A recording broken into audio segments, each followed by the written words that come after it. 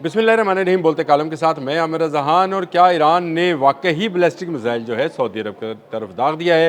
एक अमरीकी अहदेदार ने एग्जॉस्ट के ऊपर ये एक वेबसाइट है उसके ऊपर एक इंटरव्यू में ये कहा है कि बैलिस्टिक मिसाइल जो है वो दागा गया है प्रिंस सुल्तान एयरबेस की जानिब और ये ईरान का बैलिस्टिक मिसाइल था।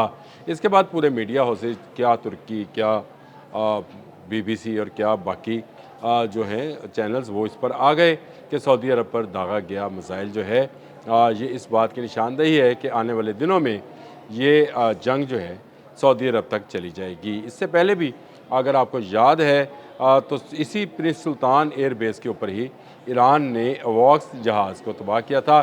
KC-135 जो एयर फ्यूल टैंकर्स थे उनको तबाह किया था और बहुत सारा नुकसान जो है वो अमेरिकन एयरबेस को पहुंचाया था। अभी भी सऊदी अरब पर हमला नहीं हुआ है।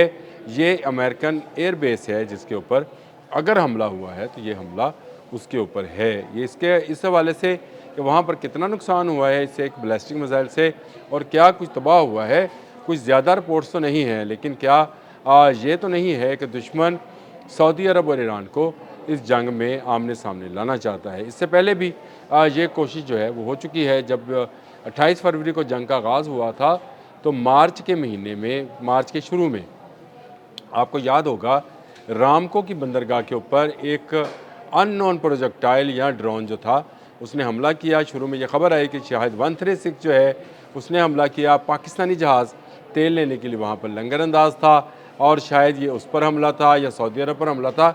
लेकिन बाद में पता चला कि ये ना ईरान से आने वाला कोई ड्रोन था या मिसाइल था, ये किसी और जगह से आया था, अननोन था, शायद इजराइल का था।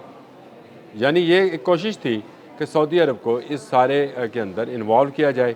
इसके बाद ईरान ने जो है सऊदी अरब में प्रिंस सुल्तान एयरबेस के ऊपर जो है हमला किया।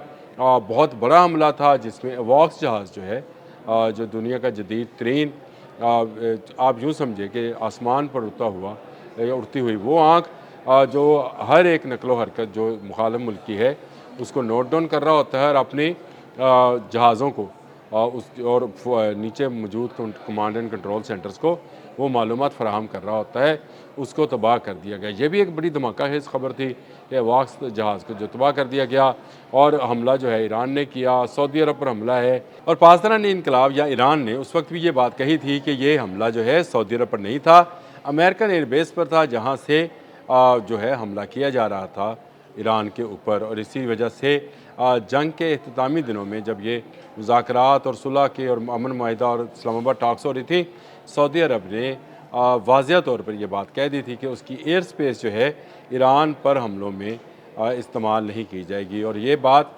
मुसलमा हकीकत है कि उसके बाद वाकई में सऊदी अरब की एयर स्पेस जो है इस मकसद के लिए इस्तेमाल नहीं हुई। लेकिन अब एक बैलिस्टिक मिसाइल जो कि ईरानी न्यूज़ एजेंसी है जी तस्नीम, उसने ये कहा है कि हाँ ये हमारा ही मिसाइल था। और इस मिसाइल को जो है IRGC ने सऊदी अरब की प्रिंस सुल्तान एयरबेस पर दागा है, कहा क्योंकि वहाँ से कमांड एंड कंट्रोल सेंटर जो था वो चलाया जा रहा था। और ये एक तरह की तनबीह या इंतबाह है कि सऊदी अरब में रोका जाए अमेरिका को ईरान के ख़िलाफ़ कार्रवाइयों पर। ये मिसाइल जो है सऊदी अरब पर आया है। इसके अलावा गल्फ़ के बाकी ममालिक पर भी ईरान ने ताबड़तोड़ हमले किए हैं। ये एक जो है नई जंग की तरफ शायद इशारा है। क्या सऊदी अरब जो है पलट कर जवाब देगा? मेरा ख़्याल है सऊदी अरब ने इससे पहले भी तहम्मुल का मुज़ाहरा किया था।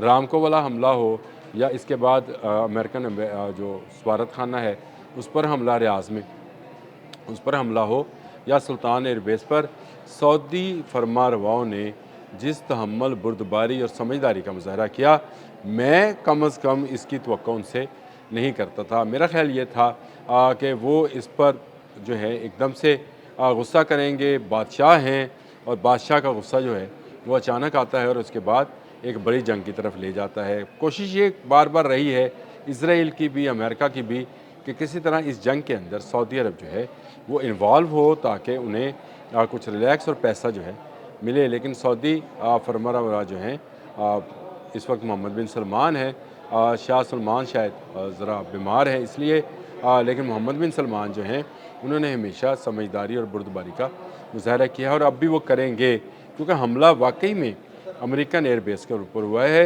ये सऊदी अरब पर हमला नहीं है। सऊदी अरब की शहरी आबादी या सऊदी अरब के अस्करी जो तनसीबात हैं उन पर ईरान ने कतन हमला, मैं कोई ईरान की वजाहत नहीं कर रहा हूँ, मैं सिर्फ ये बता रहा हूँ कि अभी तक आप देखें इराक़ है, कुवैत है, कतर है, बहरीन है, अमान है, जॉर्डन है, उर्दन जिसको बोलते हैं, वो है, इन तमाम की अमरीकी एयर बेसिस और अमरीकी फ़ौजी अड्डों को ही निशाना बनाया गया है। उन मिसाइल बैटरीज़ को निशाना बनाया गया है जो ईरान की तरफ मिसाइल फेंकती हैं।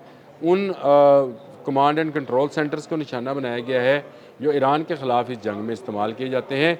अभी तक ईरान ने किसी मुल्क पर हमला नहीं किया है। ये उस वक्त सामने आएगा जब किसी के शहर पर हमला किया जाएगा, जब किसी की फ़ौज पर हमला किया जाएगा। अभी तक आपको सारी इस पूरी कार्रवाई को जितने मैंने आपको मुल्क गिनवाए हैं, क्या इन मुत्तहिदा अरब अमारात के 7 मुल्क भी इसमें शामिल कर लिया करें, जो ऑटोमेटिकली है, क्या किसी की सिविलियन आबादी के ऊपर या किसी की फ़ौज के ऊपर ईरान ने हमला किया है? ईरान ने अब तक जितने हमले किए हैं वो सब के सब उसने अमरीकी अस्करी पॉइंट्स या अमरीकी अस्करी तनसीबात पर किए हैं।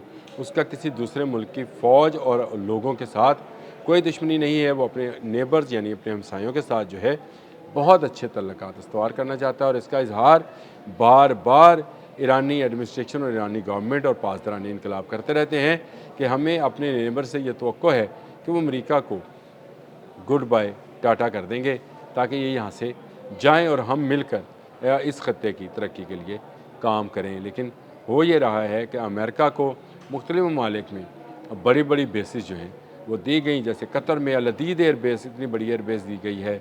अल सलाम एयर बेस कुवैत में दी गई है। पूरे का पूरा बहरीन जो है 5th फ्लीट का एक समझे हेडक्वार्टर बना हुआ है।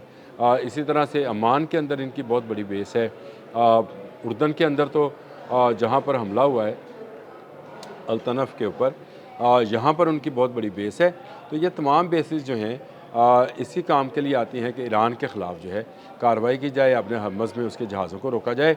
जैसे जैसे दिन बढ़ते चले जाएंगे वैसे वैसे ईरान की क़ुव्वत बर्दाश्त ख़त्म होती चली जाएगी और अमेरिका और इज़राइल की शायद यही प्लानिंग है कि इनकी क़ुव्वत बर्दाश्त ख़त्म हो, ये गल्फ़ के ममालिक के सामने आमने सामने आ जाएँ और ये जंग जो कि इज़राइल ने शुरू की थी 28 फरवरी को मिसाइल चलाकर, अमेरिका इसमें कूदा था, अब अमेरिका और इज़राइल साइड पर हो जाएँ, गल्फ़ और ईरान जो है ये आपस में गुत्थम गुत्था हो जाएँ। ये भाइयों को लड़ाने की एक बड़ी साजिश है और ये साजिश जो है इंशाअल्लाह ताला कामयाब नहीं होगी। ईरान जो है वो इंतहाई समझदारी का मुज़ाहरा कर रहा है और सिर्फ अस्करी अहदाफ को ही निशाना बना रहा है। हालांकि इसके जवाब में अमेरिका जो बमबारी कर रहा है वो सिविलियन अहदाफ को निशाना बना रहा है।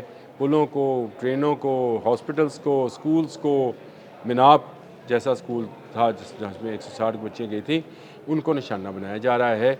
लेकिन ईरान ने अभी तक ऐसी किसी जगह को निशाना नहीं बनाया जो सिविलियन आबादी के लिए हो। गल्फ़ और ईरान हमसाया भी हैं। अगर अमेरिका यहाँ से चला जाए तो ये हमसाए आपस में इस खत्ते की तमीर और तरक्की के लिए काम कर सकते हैं। आपने हरमज़ ईरान के पास, अमान के पास रहे, बाब मंदब जो है वो सऊदी अरब खुल्लम खुल्ला और यमन इस्तेमाल करें तो ये खित्ता जो है वाकई तरक्की की एक मिसाल बनेगा। लेकिन अगर ये जंग फैलती है तो जहाँ आपने हरमज़ बंद है वहीं पर बाब मंदब भी बंद हो जाएगा। दुनिया की तिजारत और तेल की तरसील तो रुकेगी, तवानाई का बहरान तो आएगा, लेकिन इसके साथ साथ गल्फ़ और ईरान का भी मुआशी तौर पर जो है वो इंहदाम या इसको कह लें ज़वाल जो है हो जाएगा। अब तक के लिए इतना ही। अल्लाह हाफ़िज़।